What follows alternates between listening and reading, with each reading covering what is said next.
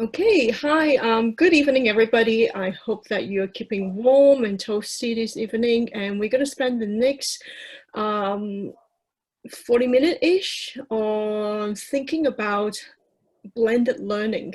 Okay, so before we get started, I would just give an acknowledgement of country.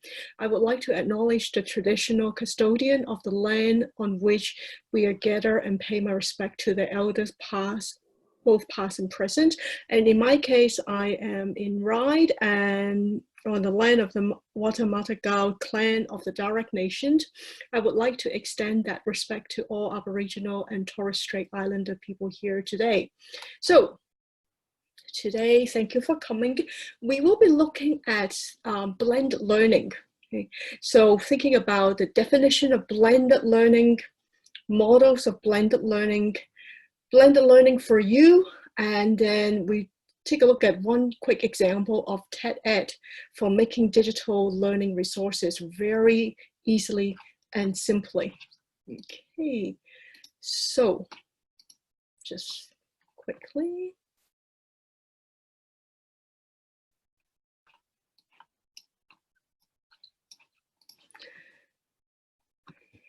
I have always wanted to do this. To have one of my favorite pictures for a presentation. So this is a painting by Botero. Do you remember the days when teachers asked students to read like 20 pages of a novel during the weekend so that we can have a discussion on Monday? That's always the kind of really dragged homework that we have to have. Now, my question is, does that count as blended learning? Right. So we'll come back to this. The reason I'm asking is that blended learning is a way of studying a subject that combines being taught in class with the use of different technologies, including learning over the internet. Okay. So the reason I want to ask that question is that paper and pens and books, printing, and it's actually just another technology. So blended learning is not something new. I would just like to make everybody relax and think that it is something that can be done and can easily be done as well. Okay, so here, think about blended learning. So why do we use blended learning? Because students learn better and they could have a sense of ownership of their learning, increases collaboration, enhance students' engagement, enhance learner autonomy, and you could also have a greater reach out to student population. Okay, so if we think of blended learning is just studying a subject combines being taught in class with the use of different technologies, then what if I tell you that blended learning is just like grandma's recipe? What we know about blended learning is that it's very similar to my grandma's cooking. She will give me a whole complete list of ingredients, and I know what the dish tastes like, but she also includes like, oh, you just put a little bit of salt and you put a dash of soy sauce or Shaoxing wine, and then trust your tongue. Okay? So I think this is the part that I would like you to make sure that you remember, that blended learning is very much like cooking, that there is a recipe, but you also need to personalize. You also need to take on your experience, okay? And it's also like cooking. The first time you cook the dish, it may not taste like my grandma's cooking because she is the master, but over time, it will get better. You will get a hang of it, and you also have the personalizations and the ownership of it. So Blended learning is very simple if we look at it as a continuum, face-to-face teaching, and then you have distant learning, okay, that we're very familiar with, that you have a place that you've got all the resources, and your student could be everywhere, all over the world. And blended learning is somewhere in the middle. It could be closer to face-to-face, it depends on your school context, or it could be a little bit similar to distant learning. Okay, so for example, if we look at Duolingo, then it's definitely distant learning. We don't actually see the teachers, but you can see, for example, the number of learners that they say that they have, like 27 million Spanish learner. Okay, and Portuguese, there are 2.45 million. Okay, so that's the kind of a distant learning model. And then we also have other example of massive open online courses. That's, for example, EduX and Future Learns, that they all run language courses. Okay, and they have more of like an instructor.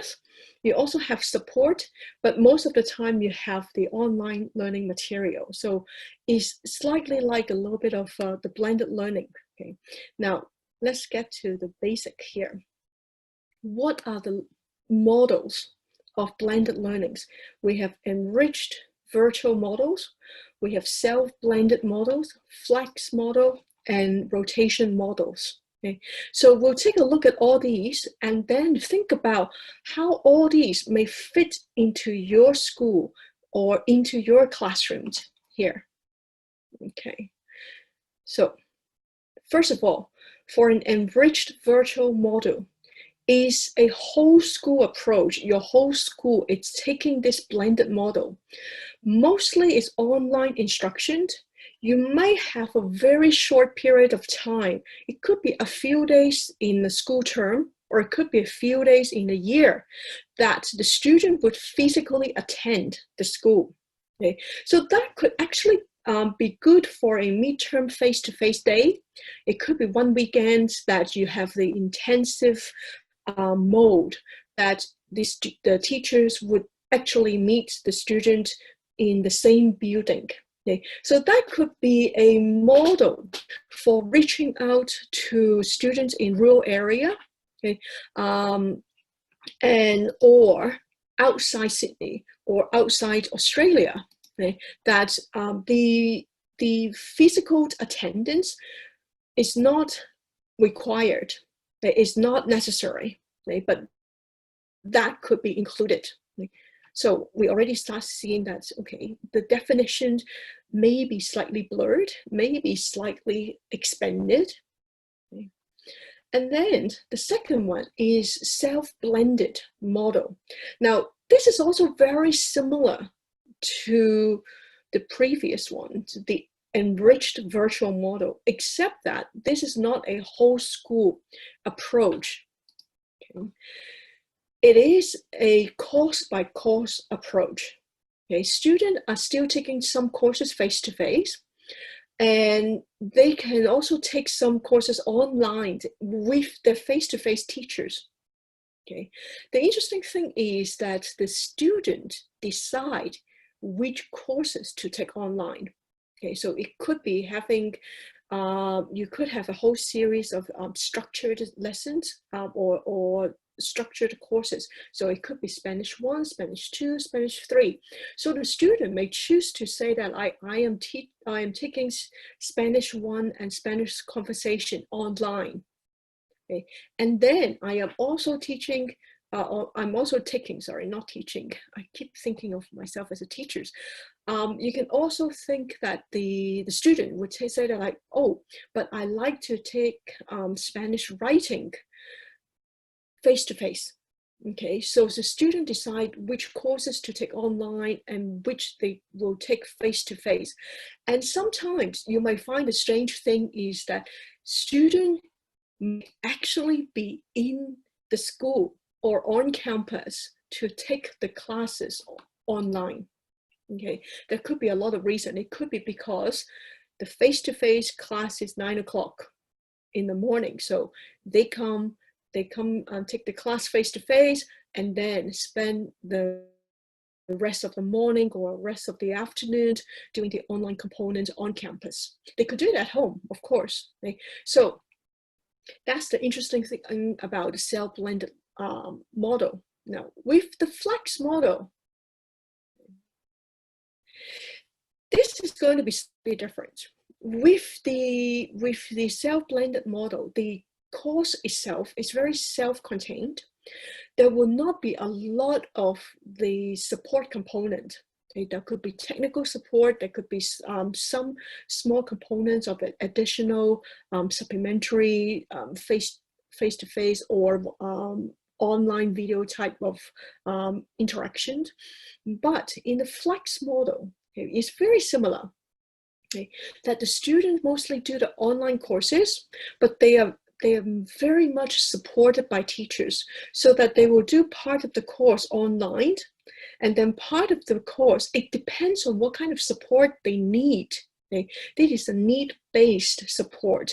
They will do that with the teachers. Okay? So that students could be doing it in groups, they could be doing it with the projects together, but it depends on what kind of learner needs they have. That some students will receive a lot of support, but some students may only get some support here. Okay, so in this case, most of the time, the students are actually on campus or in the school building because they could be spending a lot of the time in the classroom with the teachers. Okay. Now, all these threes are most likely used on a bigger scale there. And if you're thinking for your class or for your year group with more than one class, the rotation model is more likely to be helping you to tailor your content delivery. Okay. So for example, here we have 4 types of rotation. We have station rotation, lab rotation, individual rotation, and flipped classroom. Okay, so these are fancy names, but don't worry, we'll get to the explanation.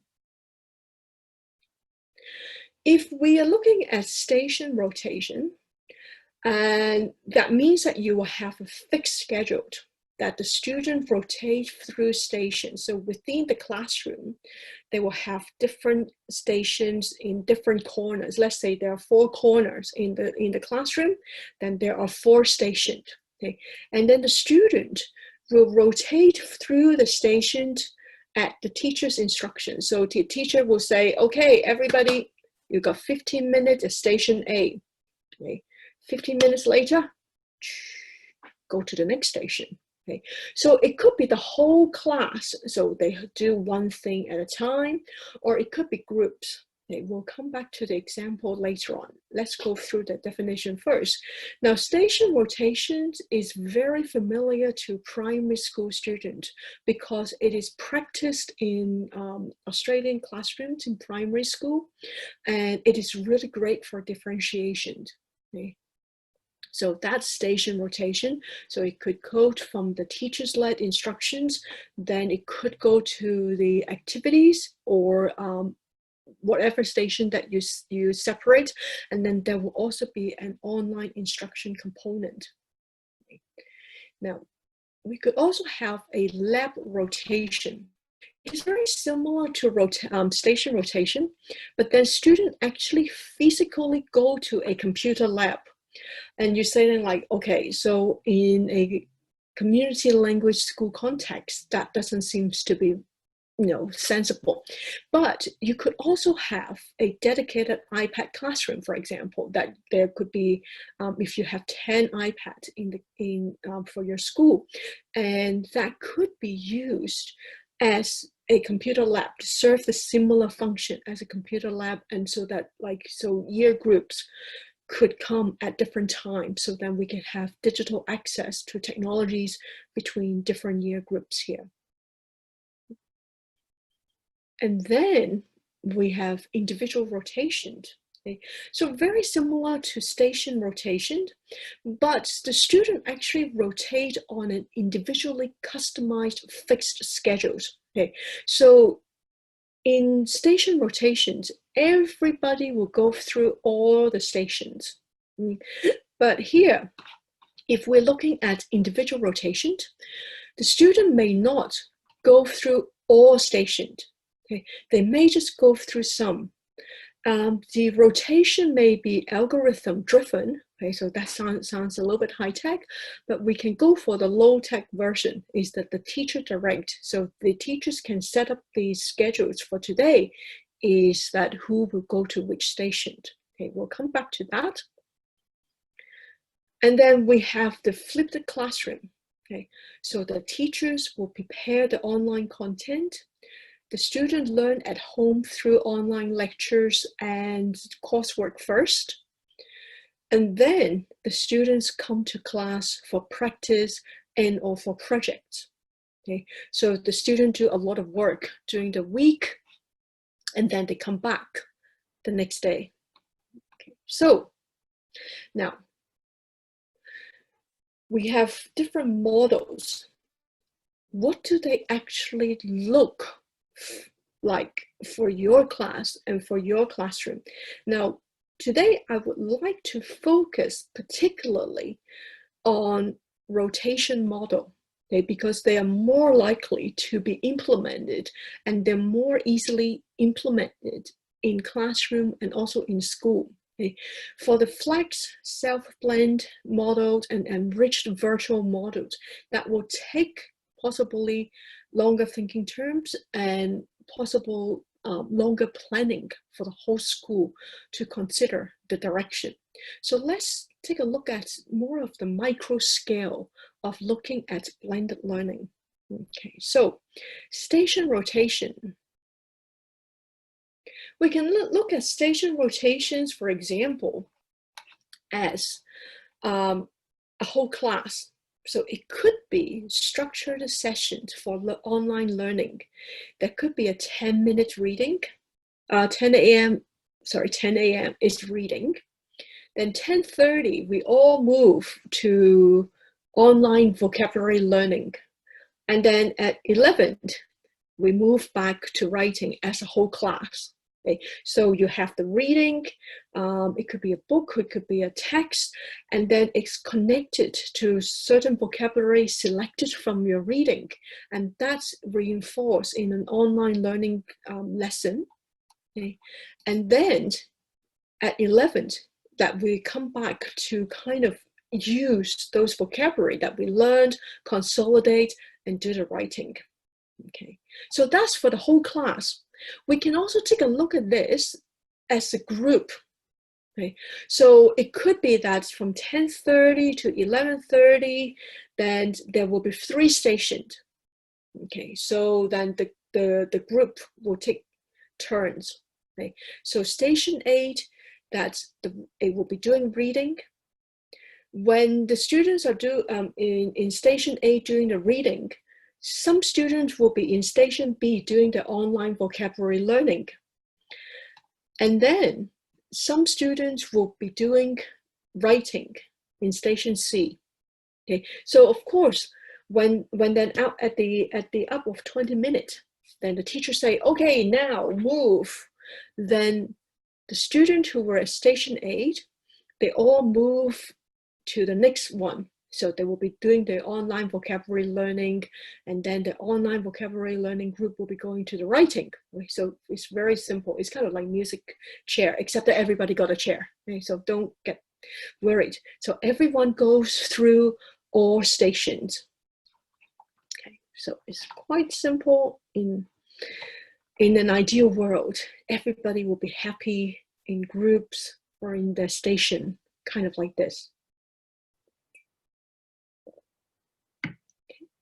So if we're looking at the rotation in your school, we can have all classes first may have face-to-face instruction, and then you have a dedicated iPad classroom.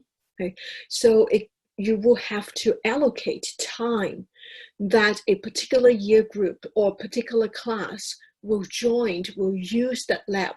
Okay, so the kindergarten could be using that for 10:30 to 10:45, and then the primary one class could be going to the 10:45 to 11:15, so they got half an hour. And it depends on your arrangement that some class may have longer time in the lab. Okay, so it depends. Now, it only means a lab rotation only means that the class will have the use of the physical space of the lab. Okay, the content needs to be provided by the teachers. It's only that they have access to either the computer, the laptop, or iPad. Okay, so that's the lab rotation. Now, individual rotation in your class. Okay, think about individual rotation is just the high energy station rotation. Okay, so there could be more stations, and then the teacher set the timetable for student to rotate. And this is very likely to be highly individualized. Now, remember earlier, when we look at the station rotation model, we have a very simple model of, let's say, there are 3 stations. Station 8 for reading, Station B for online vocabulary learning, and then Station C for writing. Okay, so that's very simple. And in an individual rotation, okay, then we are kind of like making things really go bang. Okay, that's that you have the individual, let's say that's 1 hour on every Saturday morning, you have rotations. Okay, so we could include more stations. So station A to E, you have reading, online vocabulary learning, individual writing, teacher one-on-one conference, okay, and project work. Okay. Now remember, when we talk about blended learning and in the rotation, you don't have to have every stations to be online or to be digital.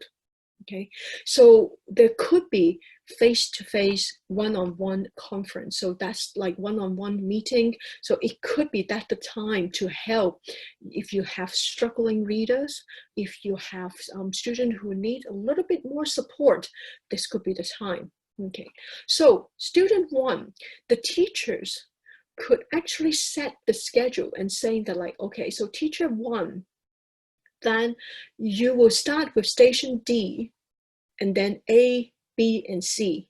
Okay. Student 2, then A and D and C. Okay. And then student 3, 4, and 5, okay, they are going to be doing it together in a small group. So it's B, E, and D. Okay. So it could be that it could be individual. You can have it as a pair work. You can have it as a small group, but it's highly individualized and in the way that you are actually meeting them. For example, in station D, that the teachers have one-on-one or one in a small group consultation with the student. Okay. So actually it could be individual rotation sounds very sophisticated, but it's actually a very good way of getting everybody to do slightly different things according to their capability, according to their interest, and also according to where they are in their learning. So that could be highly tailored, okay? And that also could make it a mini lesson in every part there. Okay, so that's the individual rotation, and that requires a little bit of planning there.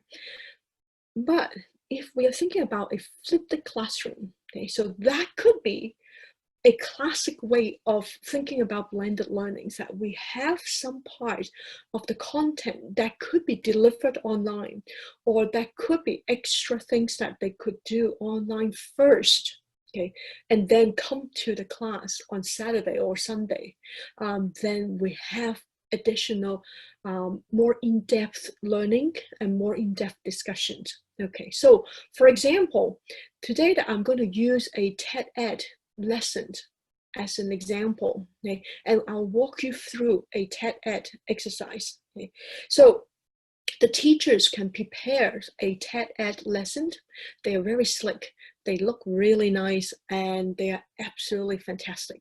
Okay, and if I look a little bit distracted, sometimes I keep admitting people into the classroom, into the Zoom. Okay, so the students will have to complete the work before coming to class. Okay, so they will have a mini lesson, okay, before they come to class. And then in class, it could be the revision of materials, it could be practice and extension practice, or it could be something to get them to think about, and then they come in to do the project.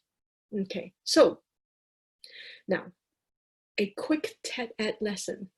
A TED Ed lesson can be created in 10 minutes. It can be created with a lot more thinking. Okay? It depends on how you want to use them. Okay, so first of all, the good thing about TED Ed lesson is that I love it because it's a good way of thinking about using multimedia videos, okay, or resources. How do we use them? And we don't want them to just like, okay, let's just go and watch a YouTube video. Why do you want them to watch a YouTube video? Okay, what do you want the student to get out of it? Okay, so for example, I chose a YouTube video about speaking or learning Shanghainese. Okay, it doesn't matter what you choose. We'll think about that. Okay, the parameter for a TED Ed lesson is that you need a video link. They want you to have a video link. Okay, so there are lots and lots of material on YouTube. There are lots of ways to think about using these videos on YouTube. Okay, so here is a very simple video. It's about an English young man speaking Shanghainese. Like the reason I chose it is that my grandmother has been very, very unhappy that I never actually got to learn to speak Shanghainese. My broken Shanghainese shamed her. So that is why I'm choosing this video. So he talks about, it's a very short video, 2.5 minutes. He talks about how he learned and why he learned and what are some of the challenges that he had. Okay, so a short video with some content. Okay, now every lesson is very simple. You have to have, let's begin. Okay, so that would be an introduction. You type something to introduce the lesson. What do you want the student to learn? Okay, and then you have think. You have multiple choice questions. You can have short questions. Okay, you can have as many questions as you like. You can have only one question. And then dig deeper. This is the part that as the teacher, you can add your response and your comment to the video. Okay, so your additional thought, your insight. Now, the best part about a TED Ed is that the discussion. Okay, I love that because this is the part that particularly with older learner, then you can have a discussion question. This is the part that you can have the whole class, your whole class actually respond, because the response posed by one student is like a discussion forum, will be visible to another student, so they can actually respond to each other's comment and the response. Okay, so that could be longer. And then you have the conclusion, and finally lead into your class activities in a face-to-face classroom. Okay, so here. So this is what it looks like when you have the link here. So this is the link. Okay, so you have a video on the left, and then you have all these tab. You have to watch, think, dig deeper, discuss, and finally. Okay, so here you can create, for example, I have, after they watch the video, I have 2 questions. Actually, I may have 3 questions, some multiple choices questions and a short respond question. And then the dig deeper, this is the part that you could have a lot more. So I could put something like what you want to learn, what do you want to do? Okay, so here, this is my example here. Okay, so here, so I'm not going to get you through to watch the video, but after you watch the video, so think, there's the questions. Okay, so I put 3 questions. So these could be comprehension questions. And then there's one short question. Okay. And then dig deeper. So you could actually elaborate a lot more and to talk about the issues that is central to the video. Okay. And then you have the discussions. Okay. So here, the discussion, this is the interesting part. So if you have 10 students, then they could have 10 responses. Then you can put it up the next day in class that we can see like, okay, who said what? And you can also invite the student to have an extended response to that. Okay, so, and finally, okay, so that could be something about, there are many ways to practice your language. Let's share the ideas in the classroom. So that will be leading to the next day, what happened in class. Okay, so here, now, so these are just some of the questions that you have. Okay, so the good thing about the a TED lesson is that it is very structured. It could be in that you don't have to think about, okay, what am I going to do next? What am I going to do next? That it actually gives you prompt to say, okay, so after the student watched the video, you want to introduce the topic, you want to ask them some questions so that you can get their understanding of the video. So that could mean that this is actually a formative assessment component, the think one. And then you also can include further research. Okay, so it could be class material that you want them to read. It could be in your Google Classroom together with the TED lesson. That's okay, go and read my handout on this topic. Okay, and then you can have the open response for the whole class to discuss. Okay, and then link to a class-based activities or whatever class-based activities that you will introduce for the following week or for the following term. Okay. You can also build a series of mini lessons. So some of these could be quite short. Okay. So it depends. So it could be a short video plus some of the questions. And you can use existing online media materials. So you could be recording a news report, okay, in your target language. Okay, it could be the reading aloud of a storybook in the target language. Okay, and you can vary the materials. Apology for the spelling here. So you can have all sorts of learning material. And the good thing is, because it takes a YouTube link, okay, then you can actually upload your own video quite easily. Okay, so for example, you can actually get students to create a TED lesson quite easily. So they could be writing a short story. Okay, so they could have written a short story in their target language and read aloud. So that could be a 2-minute video, it could be a 5-minute video, and then they could come up with their own comprehension question to ask other students to do their own little quiz. And it could be a way to give a report, a short research report. Okay. So TED lessons can be used by the teachers. It could be also done by the student. Okay. In the form of a very simple way of structuring the blended learning, the online learning material part. This is like perfect, right? In a way of thinking about that.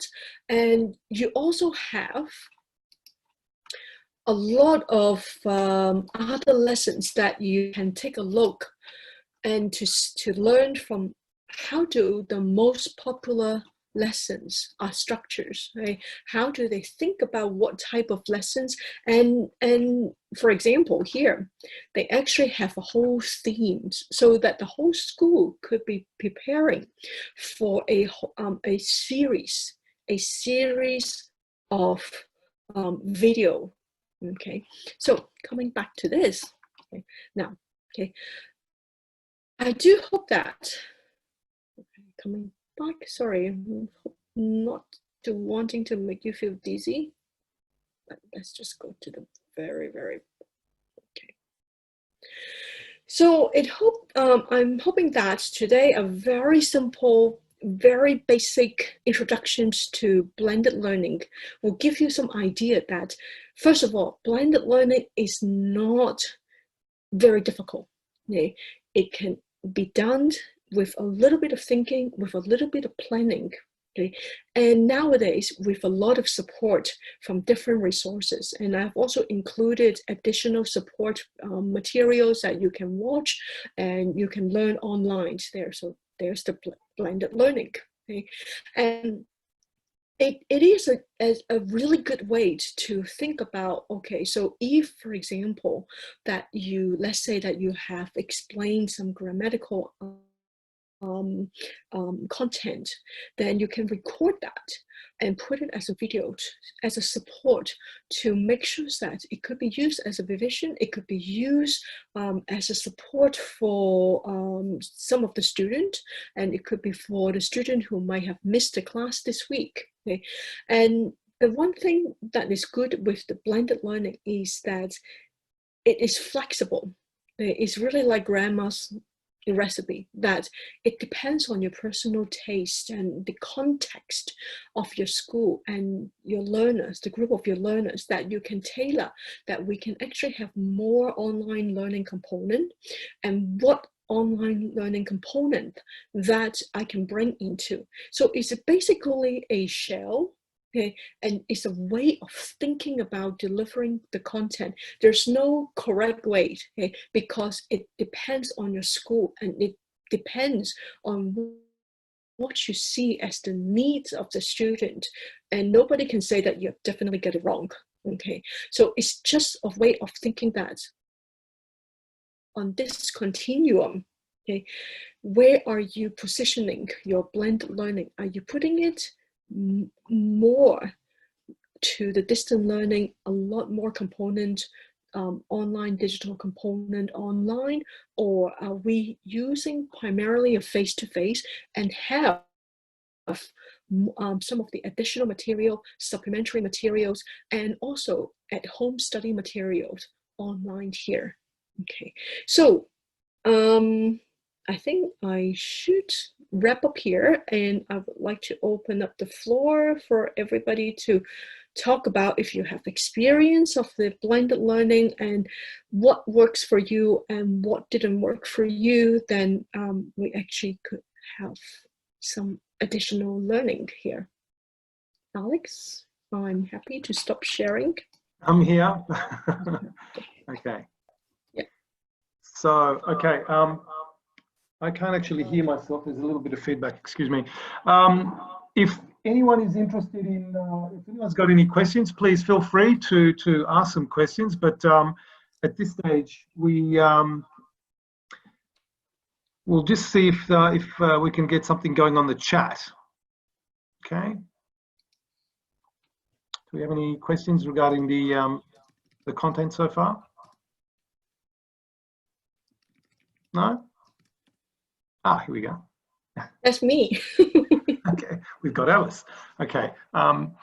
Look, the thing about blended learning is that it's something that's been going on for quite a long time. Excuse me, while I just get rid of my audio.